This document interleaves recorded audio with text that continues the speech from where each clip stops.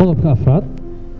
sababaha ama asbaabaha jacaylka loo koriyo jacaylka ay isu qabaan dadka aan weli isguursan haddii aad tahay qof aan weli guursan isla markaana doonaya inuu mustaqbal dhisto ugu horreyn raadso qof si dhaba kuu jecel kadibna ugu dhaqan siyaabahan soo socda markasta u muuji jacayl kalsooni iyo ixtiraam iyo qiimeyn aad iyada ama isaga u qiimeynayso markasta ku dadaal inaad ku dhiirigeliso in qofkaasi uu salaada iyo tasbiixda uu ku dadaalo si xiriirkiina uu noqdo mid ilaahay ku tiirsan markasta isku day inaad ka farxiso jacaylkaaga adigoo u sameynaya waxyaabo kadis ah aad ugu faraxsan tahay inaad maqashid codkeeda ama codkiisa raaligeli oo ixtiraam u muuji kuna qiimay qofkaasi fikir cusub hadduu kula yimaado adigoo u sheegaya sidaad u aragto iyo weliba si degan oo naxariis loogu sheegayo dhibaatooyinkan haysta waxa weeyaan gabadhan jecelaha waxaan ku odhanayaa iyahow tusaale ahaan waxaan leeyahay waxaan rabaa haddii ilaahay yidhaahdo inaan laba xaas guursado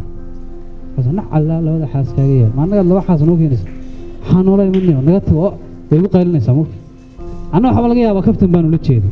deetana maxaan is odhanayaa anigoo gabadhan waxay kugu dhegaysaa markaad isguursataanna wayba kurdiiranaysaabee waxyaabaa qofka labada qof kala kaxeeye ka mid tahay haddii qofku fikir kuula yimaado waa bini aadan soo maha maskax buu leeyahay isaga laftiisu fikir buu leeyahay waxbuu soo saari karaa soo maha ha ku qaylin deji horta marka hore haa waa fikir fiican laakiin anigu saasaan u arkaa tusaale ahaan anigu waxaan u arkaa inaanu fikirkaasi aan ila fiicnayn inaan iska daysaan kugula talin lahaa qofku juuska isagaa leh doorashada isagaa leh laakiin adigu taladaad leedahay markasta uu khilaaf dhexdiina idin soo dhex galo raaligeli oo ku dheh macaan iga raalli ahow iyo kelmado qalbiga u qaboojinaya sida khaladku siduu u dhacay lama yidhaahdo ee sidaan u xallin karnaa ayaa la yidhaahdaa si kasta oo aan u kala cadhoonno waxaan nahay laba qof oo isjecel isla markaana mustaqbal iska doonaya markaa kuma kala fogaanayno hal khalad oo dhexdeenna soo gala qalbigaygu wuxuu ogolaaday adiga oo qura markaa si kasta oo khalad dhexdeenna u yimaado waa midaan xal u heli karno khalad kasta oo dhexdeenna yimaada ilaahay baa ina ku imtixaamaya marka haddii aynu samir iyo dulqaad kaga gudubno waxaynu gaadhi doonaa nolol sareedo leh haddii ilaahay rabbi raalli ka noqdo